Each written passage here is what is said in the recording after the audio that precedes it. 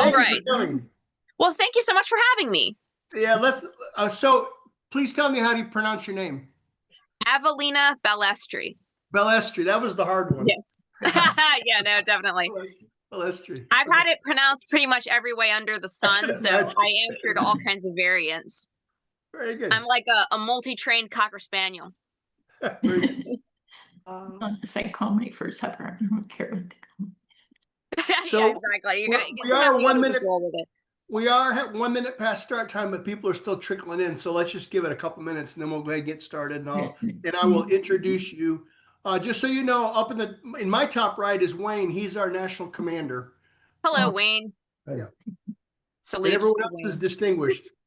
Hello, distinguished entourage. Yeah, there you go. Nettila and another there. Well, it's nice to see everyone's backgrounds. I see that Doug has Jamestown or no, he's into Valley Forge. Valley, Forge, very right? good. Valley Forge. Very close to you too. I see in your bio. Yeah.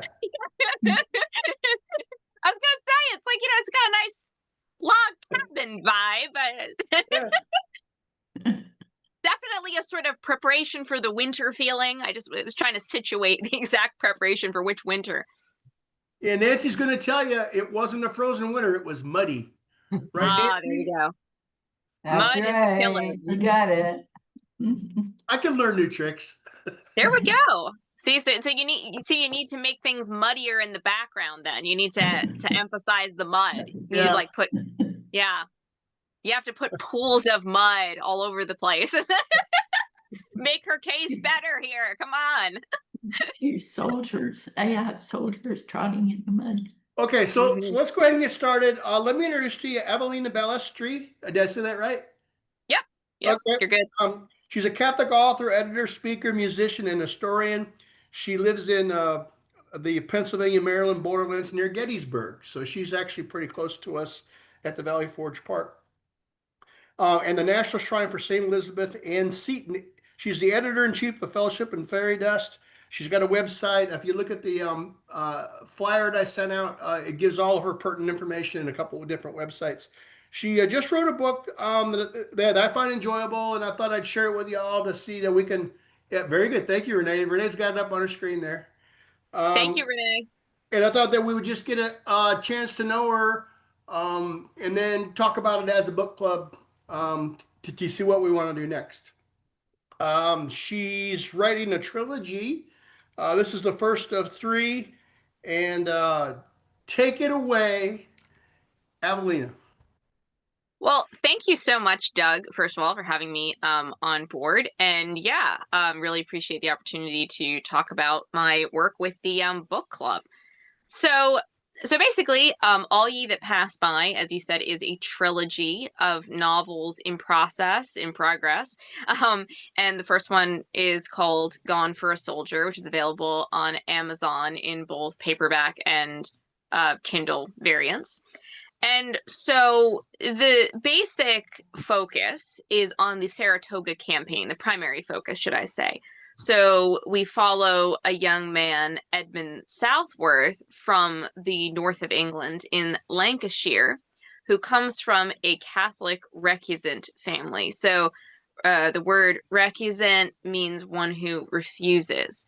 And that means those who refuse to take the oaths and acts being administered by the Anglican Church, the Church of England, in the aftermath of the split from the Catholic Church under Henry VIII and subsequent Tudors, Elizabeth I, and then the subsequent Protestant monarchs, who would, claim the title as head or governor of the Church in England. And you also had some Protestant dissenters who were called recusants as well, because they likewise were refusing to take these oaths and acts. But primarily it is used to describe Catholics. So you have Edmund coming from this family that used to be an old noble family, but have fallen on hard financial times and hard times in general due to their adherence to the old faith. And that happened in real history to many Catholic families who struggled to endure these many taxes and tithes that were levied on them for being Catholics that they would have to pay to the Church of England, etc. They would be isolated from their peers in many ways. They could not run for office or vote. They could not become lawyers.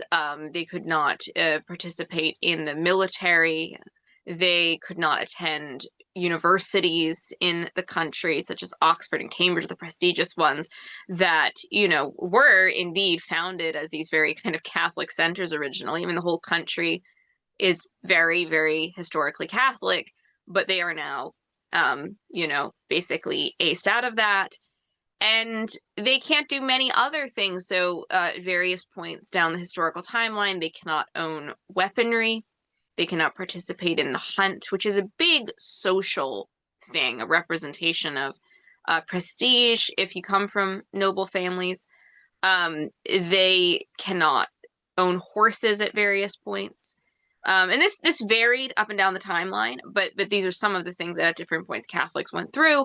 And if you come from the upper classes, this was very intentionally put into place in order to kind of break their will to hold on, to have that their class pride would sort of override their faith. So that was kind of the gist of it.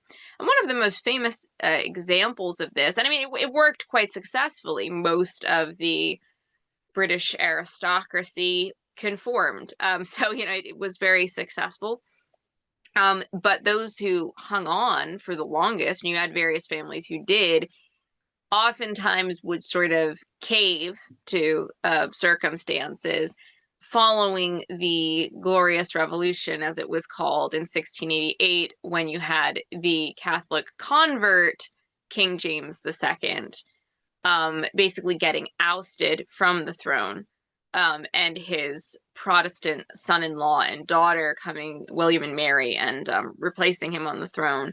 And then they even more heavily enforced, these penal laws against Catholics, preventing them from owning property in most cases, and various other restrictions, and put into place a ruling which holds to this day that no monarch of Britain can be Catholic. And so this was something that caused a lot of people who kind of hung on for the long term to start to cave.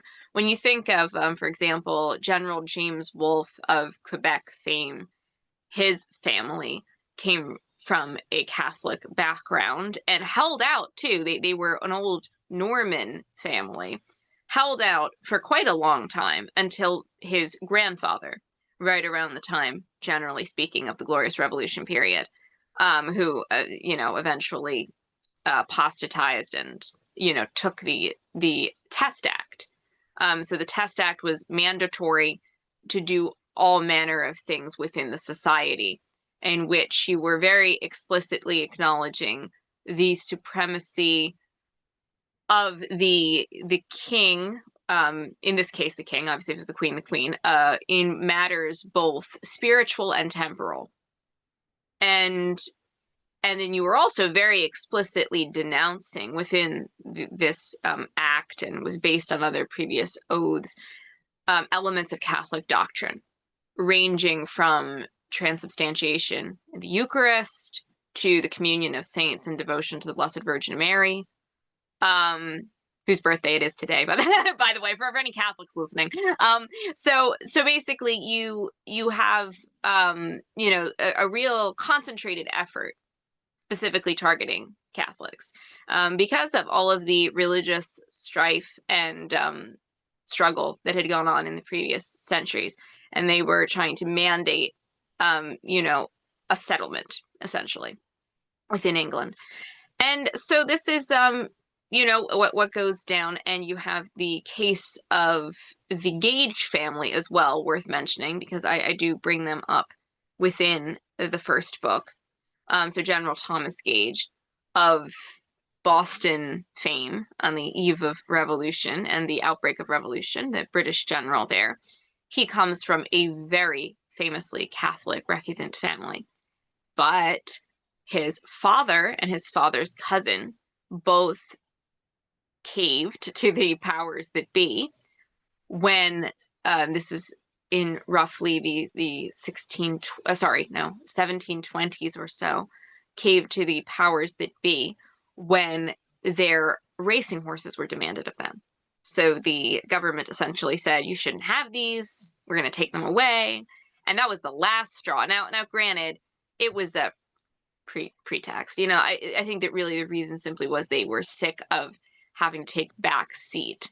And they sort of lost hope in things turning around after the failure of the 1715 Jacobite Rebellion, which was an attempt to get James II's Catholic, son back on the throne. And then the later, the 1745, the more famous one, the 1745 Jacobite Rebellion, under Bonnie Prince Charles Edward Stuart, is James II's grandson. So there were these attempts to restore the Catholic Stuart line. But after the first failure occurred, a lot of people lost kind of hope in the situation, and they were just kind of like, forget it. We're if they weren't particularly faithful, like it wasn't really burning within them, a lot of them would kind of cave to the situation and just take the Test Act. Interestingly, so Gage was basically, the General Gage was reared Anglican, but his family was very, very Catholic in background. And rumor has it that his parents, both of whom were Catholic originally and apostatized, actually reverted back to the Catholic faith before their deaths. And this was sort of this running haunt you see throughout Gage's life, because on the one hand, he comes out as being very verbally anti-Catholic, almost pushing quite hard against it because he doesn't want to be identified as such, especially when he was up in Montreal and he was serving as the governor there. And he was dealing with, Catholics, and he would say a lot of harsh things about the Catholic clergy and things of that nature. However, you notice the haunt never leaves, because during the American Revolution, those who were protesting the Quebec Act, which gave religious freedom and other sort of broad freedoms to the French inhabitants of now British Quebec and the environs, those who were opposed to that in the colonies began to sort of come up with all sorts of accusations against the British top brass that they were going to they were either secret Catholics or preparing to convert to Catholicism. And this accusation was leveled against everyone from the king himself, King George III, to people like Gage. It was particularly poignant when it came to Gage, though. Like, you have poetry that comes out that really is targeting him as being a secret Catholic, and I'm sure he's secretly going to mass, and I'm sure he's secretly going to confession, has a secret Jesuit confessor, and so forth. It was very, very targeted toward him. Lots of quite nasty bits and pieces about saying, you're going to hang yourself from guilt. And, sort of the question of, do they mean guilt in terms of being a secret Catholic, or guilt in terms of not being a Catholic and feeling he should be? So all of these things, it was a haunt that never really left him. So within the story, wrapping back around to that, my story, Edmund Southworth is fictitious, but as you can see, he is based greatly on historical backgrounds that people really had in this era and things they went through. And in the story, it is inferred quite strongly that he is a cousin of General Gage because of the intermarriage between recusant families that was so very common, because Catholics were limited in the country, so they married into each other's families. So that's sort of the strong inference when Edmund, alias Ned, his family and friends call him Ned, meets Gage. They get each other on certain levels, and it's inferred that they are cousins. They're kinsmen, they understand each other, and they have a little bit of the same laid back sort of temperament in a lot of ways, absorbent. So, but the main historical character that we deal with is not actually General Gage. It is General John Burgoyne of the Saratoga campaign. As mentioned, this series focuses a great deal on Saratoga. That's the main focus that we put in terms of the campaign. So Burgoyne, he came from an ancestrally Lancashire family.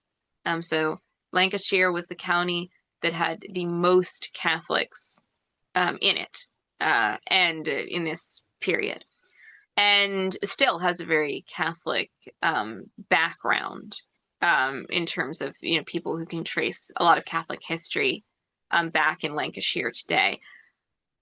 So Burgoyne comes from this background, even though he was born in London. He comes from a family that was traditionally from that county, had lands in that county, etc.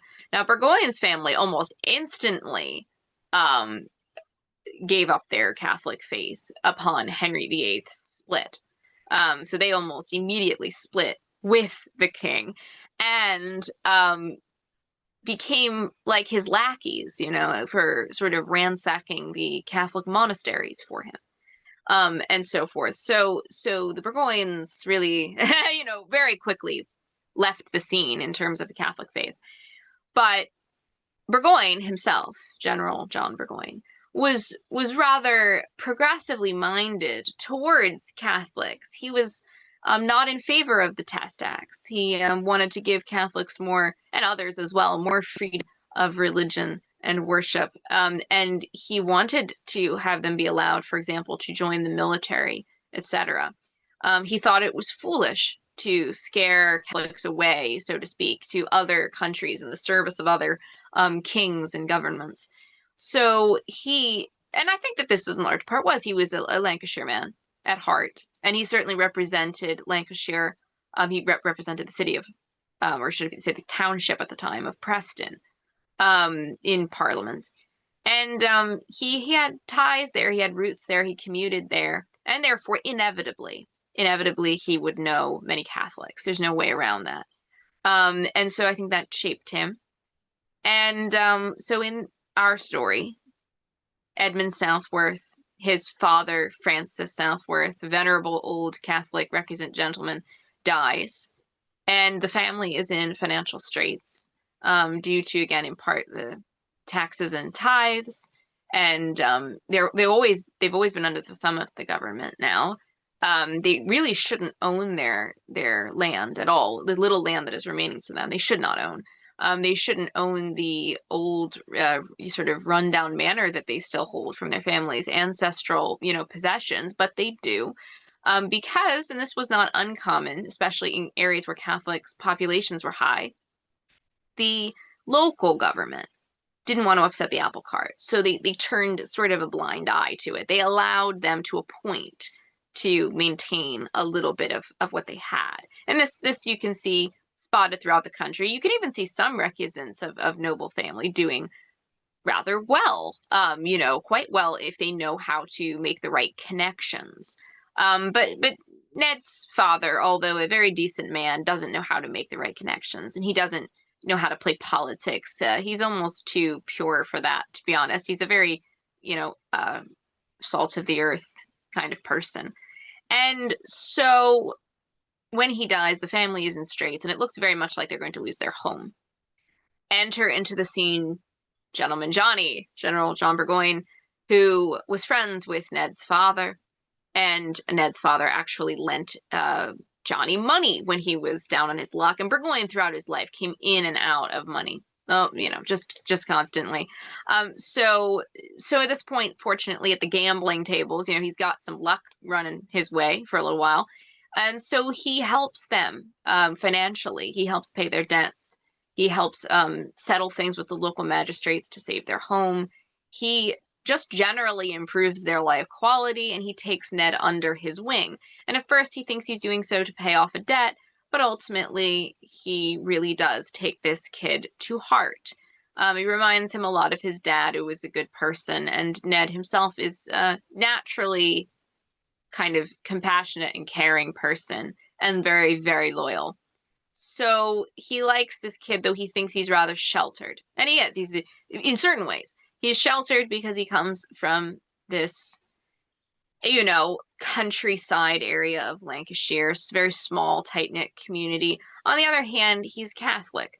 So there's always going to be a sense that he's an outsider, and he's been through things that Johnny can't quite relate to. never having lived a recusant life. So even though in some ways Ned is sheltered, in other ways he's not at all. And he can remember, for example, having had his house raided when he was a child. And, the local constable gets tipped off, gets informed that they have a priest, that they're hiding priests. Catholic priests are legal in England at the time. And you can suffer everything from fines to imprisonment, to having your home confiscated, to having your children taken away from you, to having your name dissolved in certain cases. So the punishments varied a great deal depending on what was going on in the wider world. At this point, they're not executing Catholics like they used to be, or executing priests, but certain priests, absolutely, if they're caught, they either are banished or they literally get a life imprisonment sentence. So it can be pretty nasty. And so you have this constant weight over the family, even though things are a little bit better from where they were when people were being actually executed, things are still tough. So Burgoyne, Anglican ascendancy Burgoyne, is trying to help this kid, and he takes a shine to him, and he kind of wants him to do well. He wants to be able to do nice things for him within the society, but his Catholic faith is inhibiting that. So he would rather like Ned to just conform. Even though Johnny doesn't like the test acts, he's still like, but this is the world we live in right now. So he would much rather, and he doesn't fully understand the kind of religious convictions to that extent that would make one give up so many opportunities. Because Burgoyne, he is a Christian. Burgoyne, he's not a not religious person, let's put it that way. He's irresponsible in terms of his chastity, particularly, and various other flaws and foibles he has. So he's not a very upright person in various ways that way, but he does believe, and I believe sincerely, based on his actual writings, in God, in providence, in just faith, and having a consciousness of Christianity, as he put it. And so that was important to him, but at the same time, he doesn't have a depth of it to the point of really understanding the scruples of Catholics, of why they would go through all this for essentially what he sees as like the Pope's prerogative versus your king. Like, why wouldn't you just, and we're going to have this throughout the story, where various characters, not just Burgoyne, do bring this up. Like, we have another fictional character who becomes a close friend to Ned, who is Anglican, Jonathan Rawcliffe, who is on Burgoyne's staff, Lieutenant Jonathan Rawcliffe, and he essentially says much the same. He's like, well, Englishmen are Anglicans, like, Russians are Orthodox, it's just natural for us to be, which of course really does miss the entire point that England was very, very, very Catholic just a little while ago in the term of all of English history.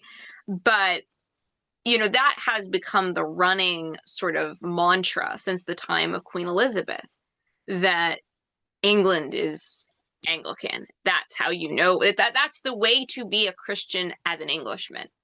And some very well-meaning people just accept that without much question to it, even though if you push it much further on a historical sense, doesn't really make a lot of sense. So it reminds me a great deal of another character we bring up in the story, because when Ned is taken under Burgoyne's wing, Burgoyne takes him down to London. And he takes him to Blenheim Palace in Oxfordshire, which I had the privilege of visiting in 2023 when I was in England. Quite a moving experience for me, because of having read so much about the Duke of Marlborough, the great War of Spanish Succession hero, one of the greatest military geniuses in English history. So basically, though, when they're there, there's a bit of a commentary as they're looking at the tapestries, the very famous tapestries of Marlborough, about Marlborough's place in English history, and he was very much a mover and shaker in the Glorious Revolution. Very much a hardcore Protestant Anglican supremacists, absolutely, who took part in the ousting of James II and the bringing in of William of Orange. And one of the things that he sort of said was that, you know, a man cannot, a man, much less a king, cannot be both English and Catholic, which is, again, incoherent if you look just a little bit back in history. Also, another element that's striking, we'll put it that way, is the fact that Marlborough says that he is the farthest from the doctrines of the Church of Rome, and yet he has a rather high church kind of view of things like Holy Communion.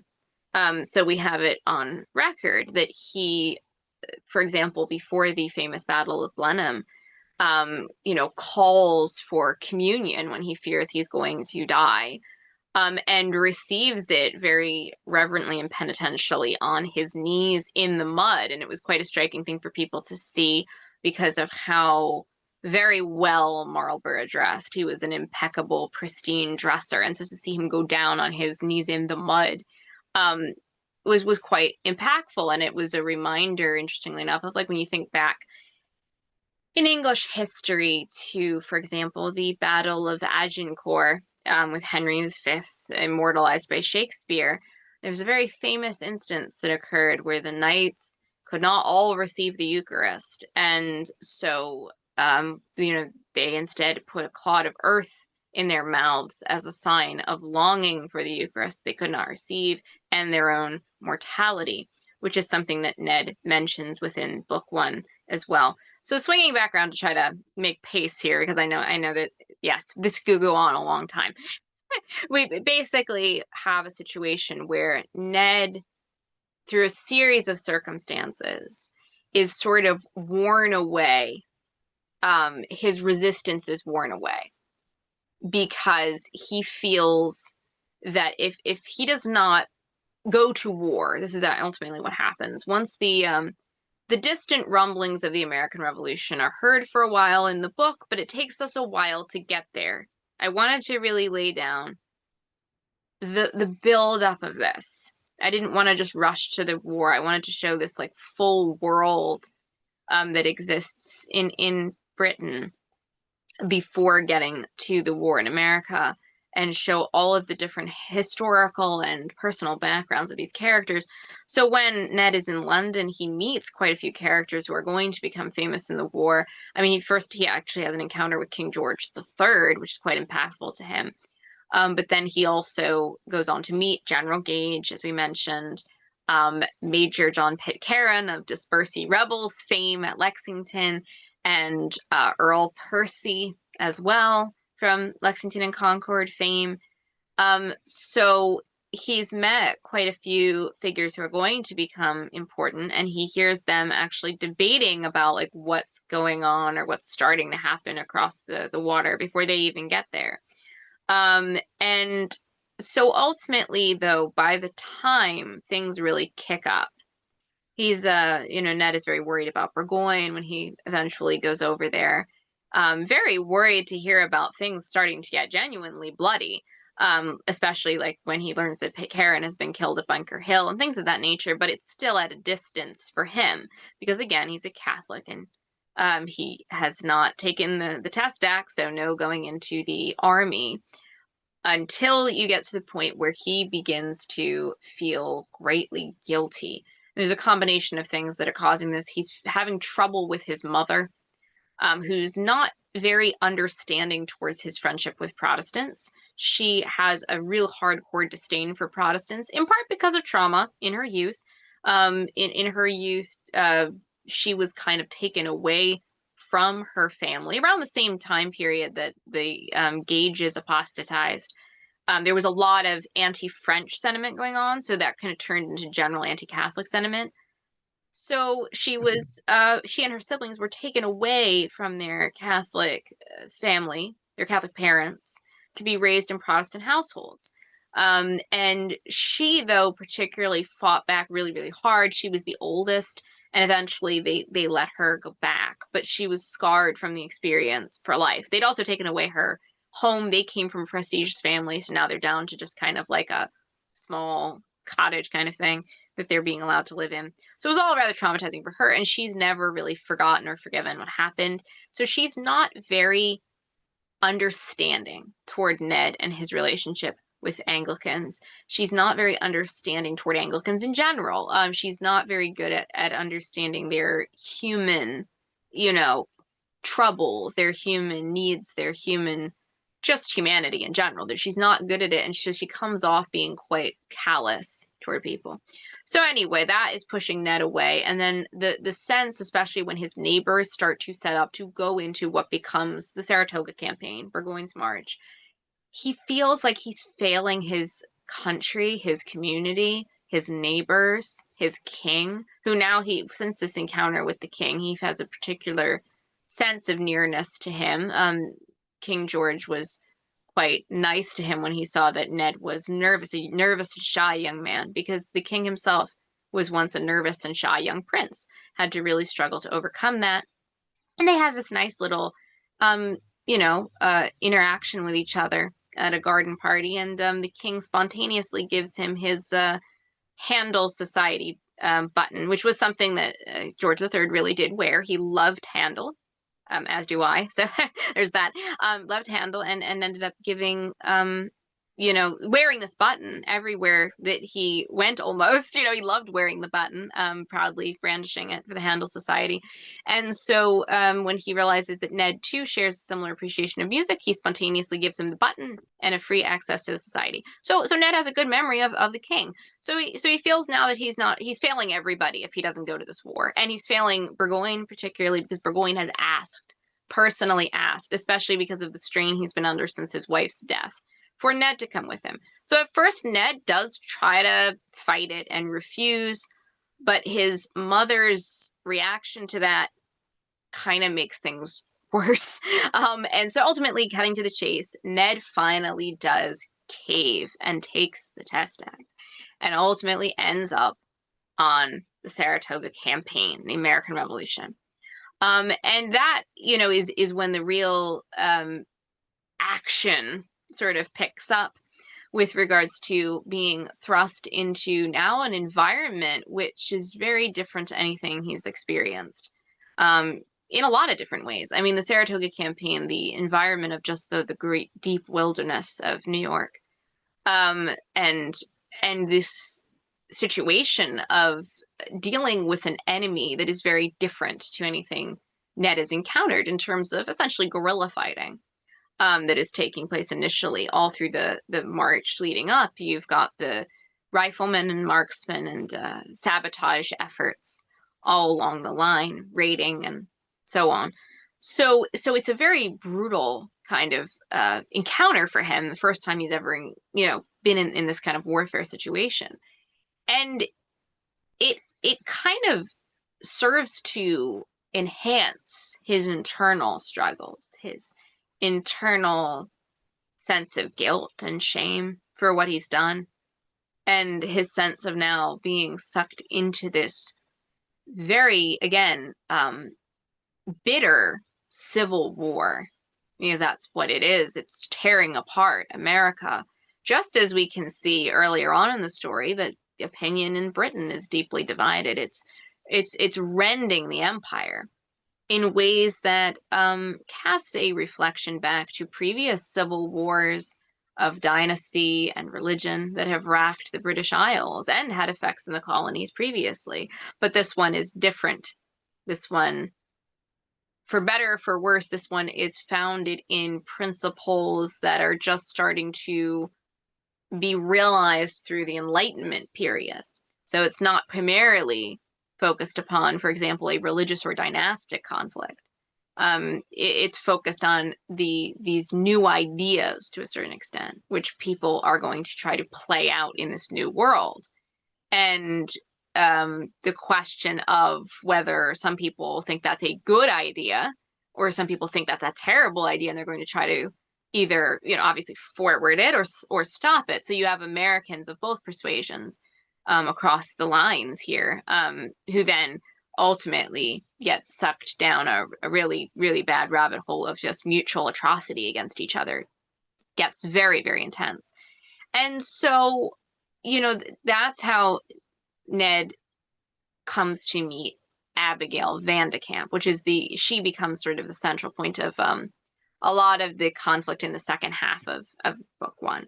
And I don't want to give away too much information, but essentially, he ends up in something of a romance with her. I hesitate to say romance clear and simply because it's a little bit Stockholm syndrome, mutually Stockholm syndrome, honestly.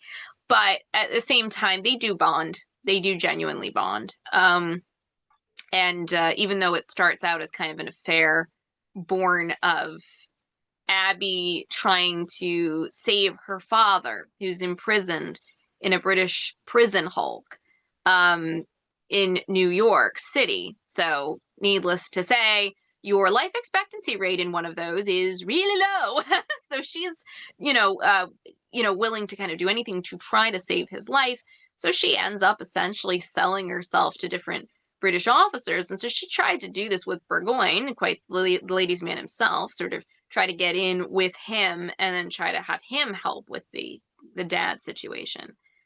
But he ends up sort of passing her off to Ned because he wants Ned to man up. And we've seen this in the past in the story, where at first Ned resisted Burgoyne's efforts to get him to sleep around.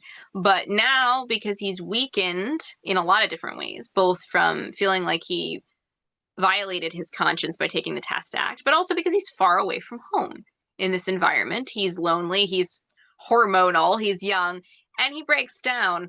And so he kind of enters into this affair at first because, well, hormones, but then it does become where he does develop genuine affection for this girl, and she starts to develop genuine affection back. Again, a little Stockholm syndrome both ways, but it is true. And so that's how he begins to learn more about this conflict and the Patriot point of view on the conflict, and sort of what her experience and point of view is, and lots of other things. And so that is how the road to the ultimate sort of climax of book one is set, through Abby trying to sort of swing him over to her side. So that, and she sort of is in a way taking advantage of the fact that he is very split inside himself, asking himself if what he did for his king was quite right. How much did he sacrifice? And of himself, what are greater and lesser goods? Because even if, your loyalty to your king and your general and your community may be important, is it the most important thing? How far are you willing to go with this? How much are you willing to sacrifice of yourself? So that, in brief, in a nutshell, is book one. And book two, which I'm currently working on now, and I'm hoping to have out by the end of the year, although it may be the beginning of next year. We will see. But the next book is called Kingdom of Wolves, and it really deals with now the battles of Saratoga. So book one deals with the beginning of the campaign, and it wraps up shortly after the murder of Jane McCrae. That's sort of the main historical moment that we last touch upon, in book one. Book two picks up afterwards, and so we cover the happenings of Bennington and then eventually Freeman's Farm and Bemis Heights, and the aftermath of the desperate attempt at a retreat by the British. And then book three, Blood of the Martyrs, which again I've started to partially work on, is when we pick up at the actual surrender itself, the British surrender. So Burgoyne's surrender to Gates. And then we follow afterwards Ned's journey and what happens to him, how he deals with things, how he fulfills his destiny, which again, I don't want to reveal too much about, but that's basically, again, that is the trilogy in a nutshell. Thank you so much for the introduction, Avellina. I really appreciate it. Can we You're open most welcome. for some questions? Does anyone in our group wish to ask some questions? Nancy, maybe? So I'm just curious. I left them speechless. Yeah. How do you approach research for your novels to make them the authentic product that you're trying to make? Well, I mean, I know that this is going to sound kind of common, but I mean, a lot of research of primary source material, particularly personal source material. So for me, the most important thing, especially when dealing with historical characters, is to get the characters as close to authentic as I can in terms of their voice, their behavior, the way they interact with others and the world around them. So that to me is very important. So I try my very utmost to learn everything I can about specific historical characters, backgrounds, and behaviors. So, for example, a lot of reading of General Burgoyne's own writings, his letters, his poems, his plays. He's quite the artiste. And so, like, that kind of thing. But also, like, so many other characters as well, even characters who have a comparatively short role. I still will try and learn everything I can to try to make them feel very real. Like, these are people you could actually meet. So, for example, a character in book 2 who has a comparatively brief role is Lord Bulcaris, the young Scottish nobleman, and he has a quite a brief role. He has an interaction with General Simon Fraser of Balmain, who becomes one of the main characters of book 2. But I still did a great deal of research on his family background and so many different elements of Bulcaris in order that this one conversation would come off feeling very real. And it's the same really with regards to the fictional characters, because okay, so even though it doesn't require the same amount of research, right? It's like it doesn't require the same amount, but you want these characters to feel as if they could be real. So I wanted Ned, for example, to really reflect the Catholic recusant experience that could be lived in this period.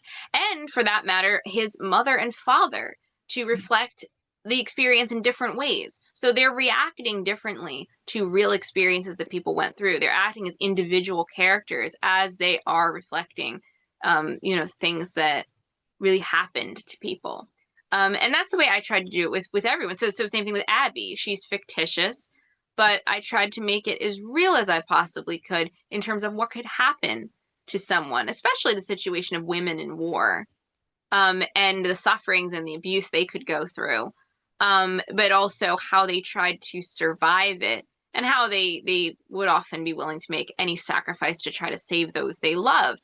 So, I tried. It's the same with regard to characters who are having debates with each other. This is something that's always very important to me, which is that in my first book, right? So I published a book before this trilogy, and it was the first book in another ongoing series called The Telling of the Beads, and it deals with a retelling of the legend of Robin Hood, essentially, but grounded in the history of the social conditions in the aftermath of the Norman conquest of 1066. So it's very much based on the Normans and the Saxons primarily, and how they interact in England in this time.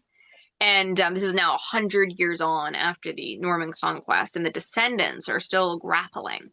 And so one of the most important things in that book, as in this book, was when I had characters debate, I wanted it to come off very authentically. I don't want it to come off as, oh, the author, she is pushing a certain point of view at the audience, and it comes off like you're setting up straw man arguments for characters. I wanted it to come off as, no, like, they're going to make the strongest case they have, whether it's two Saxons debating about how to handle the Normans differently, or whether it's Normans debating about how to handle the Saxons differently, or whether it's Normans and Saxons debating each other. They are going to make the strongest cases they can for why they believe what they believe and are doing what they're doing. And I wanted that in the American Revolution so much so because I feel like, sadly, in a lot of American Revolution fiction, that just lacks. So I wanted to really have this sense of diversity of opinions in Britain itself, where you get to see that people have very conservative opinions, people have very progressive opinions regarding the colonies and the taxation thereof and how the empire should work and all of that. People have different opinions there. They also have very radically different opinions in America. The Loyalists and the Patriots are all Americans who have just very different political points of view. And I tried my very best to lean into what we have in the record. So I borrowed very heavily from content which we have in terms of just sort of pamphlets and speeches and whatnot that were really made during the period. And I try to do that with my poetry as well, because I also write poetry. And just the other day, I actually wrote a poem, which was in large part an adaptation of a real number of speeches, a number of remarks actually made by Major Patrick Ferguson of King's Mountain fame. And so I just sort of laced them together and sort of formed a poem form out of it. But I leaned very heavily on the things the man actually said. It was about 75 to 80% things that he actually said. So that's, I guess, for me, what's very important is to try my very best to lean on the actual content we have, be very scrupulous about that. And then where I'm using my imagination to have that imagination build on what we have, as opposed to transgressing it, because I fear that in a lot of cases there's more transgressions in popular media. I'm thinking of Turn, for example, than there are in actually using your imagination to build on the sources you have. And look, I mean, I will be the first one to say there are times when you have to use creative license. If you're doing a fiction work, you have to. There's things you don't know, and there's things that you're going to do in favor of your story. All right. There's little changes to things that have to happen, but they should be done very, very carefully so as not to damage, especially the historical personages that you are depicting. I think that it is absolutely a moral issue not to defame the dead. So I think that, unfortunately, people sometimes forget that with regards to historical fiction. They just do whatever, and they feel like they can do whatever, so long as it serves their story. And I would say no. Yeah, there are little things you can do in the service of your story, but if you are taking character and slandering that character for your story, again, here's looking at you, Turn, with John Graves Simcoe for one, but I thought they did a terrible job on Major Andre and King George III for that matter. And a lot of different characters just got a really raw deal. And I'm sort of like, yeah, if you're doing that, you should stop. You should stop doing that. You should reevaluate yourself and say, we're dealing with real human beings here. And it's really important to try to convey the truth as best you can, the spirit, at least, if not every jot of the letter, but make sure the spirit is there, because if the spirit is, oh gosh, if the spirit is betrayed, the entire, I guess you might say, project is built on sand. So that I think is, for me, quite important. So let me read you a couple comments here. The first person says they've already ordered your book. The second says, I really appreciate how you made Gentleman Johnny a very real and multifaceted person versus the caricature historians have often painted him as. So that speaks to the realism. Great information. Thanks. I look forward to reading your books. And Simcoe, Andre Rogers. Yes. So Rogers also got a really raw deal. Yeah, no, in Turn. Yeah, okay. This is, Turn. Oh gosh, you know what? I could go on forever, a whole episode on just Turn. And we're getting into the what I call the best way of describing this in certain groups, okay, is hang 'em tide season. And the reason I say this is that there are some people who get really weird around the time between Nathan Hale's hanging, the anniversary of Nathan Hale's hanging in September, and the anniversary of John Andre's hanging in October. And they make it a weird little advent calendar, basically kind of thing, where they really do almost treat it like Andre's hanging is sort of a catharsis on Hale's hanging. I don't know, they're getting inspiration from Ben Talmadge, I guess. It's sort of like, it's a little weird. So that is this, we're entering into that season, so that I have spoken out about the weirdness of that and the certain lack of charity behind that quite a few times. But yeah, I guess, you know, I don't know how late we are in the game here, but did you want me to read an excerpt of this, or what I don't know what was our plan? I think we're pressed for time at this point. Okay, that's fine. I want to see if anybody else wants to ask you a question quick. Okay, go for it. Does anyone else have any questions for her? How long's the thing that you'd like to read? A minute or two? Okay. Well, do you remember the scene? You read the book, that's why I'm asking. So, yeah, I can I can attempt to, I'm trying to think of what I can read the Nathan Hale, since we mentioned Nathan Hale. I'm just trying to see of how long Nathan Hale runs. I can wing Nathan Hale. Okay. If you want. Get it. All right. Sure. All right. So just for setup, this is Abby talking. She's telling Ned, right, about her experience in New York City. So I had that she encountered Nathan Hale. And so she, at the time, remember, she's sort of selling herself to British officers. So she was kind of in a connection with an older British officer dude, and she was sort of his pet. And so just through her connection to him, she manages to get into Nathan Hale. And so this is sort of her experience with Nathan Hale. Okay. Abby's eyes grew hazy. I had heard they'd taken a new prisoner, a spy. He was a young officer from Washington's army sent out to gain intelligence in common clothes, pretending to be looking for work. He didn't have much of a chance, really. He'd never gone on a spying mission before. Some said he was betrayed by a Tory cousin who recognized him. General Howe wouldn't even allow the prisoner to be tried. Once he had confessed to the deed, the orders were to hang him, no further ado. The rules of war, it was said. No room for justice or mercy, only death. But I wanted to see the poor soul before the end. I don't know why. I suppose I fancied I could help somehow. Little me with my ideals in spite of everything.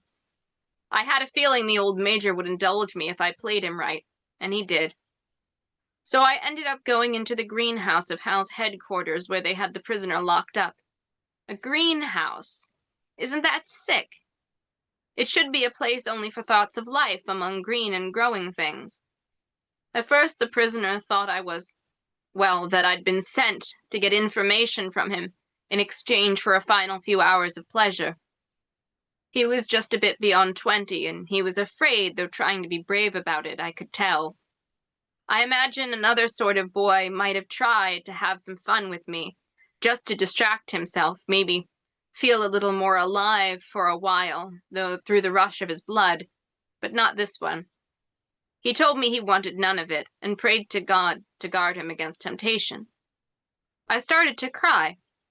I knew what I was, sleeping with the enemy, but I hated to have him think of me like that, especially because I never meant to tempt him. And I tried to explain that I just wanted to see him because She placed a hand over her heart, her eyes glistening. I was a patriot too, and the daughter of a patriot. And I had not given up, not yet.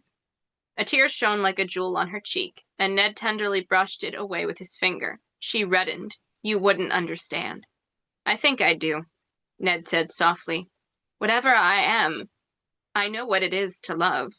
She swallowed hard. The prisoner changed after that. He had heard of my father's name and read his articles. I got so excited and told him that I'd helped father write some of them, and we'd have long discussions, and I'd make all sorts of suggestions before the pieces went to print. I would always be so proud to see my ideas he included. The prisoner said he believed in the education of women, that his fellows, too, often underestimated us, and that such a story as mine was proof of it. He said that some of the sentiments expressed in those articles father and I wrote had kept his zeal burning bright through long months of disappointment and inactivity. He said he had even read excerpts to some of his friends as they perished from wounds or illness, and he would hold their hands afterwards to pray for them in the cause. I understand why you were pleased to hear that your writing had been of comfort to the suffering. Ned tried to sympathize. I don't know if I was pleased or not, she admitted. I rather thought I might cry again, then and there, and as he spoke upon it, I thought he might join me. Perhaps it seemed to him the cause was dying, as his friends had died, and as he would soon die, and as my virtue had died. It seemed as if we had come so far, and had sacrificed so much, yet it was all coming to nothing. Yes, the dream of America was dying. I said as much, and he replied that true liberty was found only in God, and no matter how many tyrants triumphed or how many shackles were placed upon those who dared to resist here below, the far country promised to us would be our new birth of freedom and our eternal allegiance. Every good thing about America would be refined and immortalized. The dream would be like a jewel in paradise, he said, because of the purity of its conception in the hearts of men and women who yearn for liberty over life. God would honor that, he said, and the blood of patriots, no matter the outcome of the war, would color the gem like ruby. It is a fine thing to find oneself able to have hope beyond this world, Ned murmured. Abby shrugged. I suppose it is. The things he said were so very beautiful and so very sad. I finally gave in and cried on his shoulder, and he didn't push me off. Nor did he cry, though his breathing fluttered. He said it wasn't over yet, even here below. Then he told me things. How his father was a church deacon, and how his mother died when he was young, and how they always taught him to read the Bible when he was afraid, and he wished he had one then and there. Then he said he hoped his mother would be the first one he'd see on the other side, or maybe somehow she'd come to him before, when he was between one world and another, earth and sky, and soften the sting by her touch, because he remembered when he was very small how she would tenderly touch his hair and cheek. Abby brushed the back of her hand across her eyes. At dawn they came for him. It seemed so short a time we had together, but also so long. I felt him shivering as he got up. Oh, Ned. I'd have offered my own life in his stead if I thought they'd take it, just to stop his shivering. His voice was wobbly when he asked for a chaplain, which they denied him. Then he asked for a Bible, but they refused him even that. They said he was an unrepentant traitor to the king, governor of the church, and so had cut himself off from its ministry. His voice grew wonderfully steady, and he responded that a far worse treason was against God himself, which they were committing by refusing him spiritual consolation. The soldiers were unmoved and shoved him hard against a wall for his insolence. He asked to write to his family. One officer said no, but another said yes. They fought over it as he penned the letters, which then got confiscated or torn up. It was horrible. The look on his face was horrible. But then he started to recite what his parents had taught him, the scriptures he had committed to memory. What verses did he recite? Ned inquired. Abby's eyes took on a haze, as if she were seeing a glimpse of things beyond the veil. Why art thou cast down, O my soul? And why art thou disquieted within me? Hope thou in God, for I shall yet praise him, who is the health of my countenance and my God. I was so moved, I pushed my way through to him, and dared to hold his hand, even his sleeve, for as long as I could, to console him, or maybe console myself. How could one console someone about to be deprived of their very breath? I was so sick over it I could hardly breathe either. She shuddered. He was led out to an apple tree. When I saw it, I thought he might panic, but he remained serene, even though he was very, very white. I was the one who started panicking when they were pulling him away from me. He turned to look at me one more time, and I thought all at once he was rather pretty, with his fair face and blue eyes, and a sort of schoolmaster's intelligence shining through his countenance, because that's what he was before the war, a teacher of children. And he smiled at me with so much kindness, as if to thank me for the company, and whispered, We are yet children of liberty, you and I. Now she wrung her hands together. A soldier read aloud his sentence, and some nearby Tories started to mock him. One man spat at him and swore, "May God damn your black soul along with your black cause." But the prisoner didn't flinch. He made a little speech to the redcoats surrounding him and the crowd gawking at him, and he told them all that one should be prepared to meet their death in whatever form it came, and he hoped they might be as content as he was when their time arrived. Then they made him climb the ladder. He started to quote Cato up there, and I heard him say, "I only regret that I have but one life to lose for my country." Then they pushed him off before he could say any more. Oh, Ned, I heard him choking, and I screamed. Then I was senseless to everything, in a swoon. And when I woke up, young Nathan Hale hung there, unmoving, like a slab of meat at the butcher's shop, or a twisted apple upon the tree. Yes, he had become that terrible sign upon the Bible they would not give him, and filled with the knowledge of good and evil, I threw up in the grass.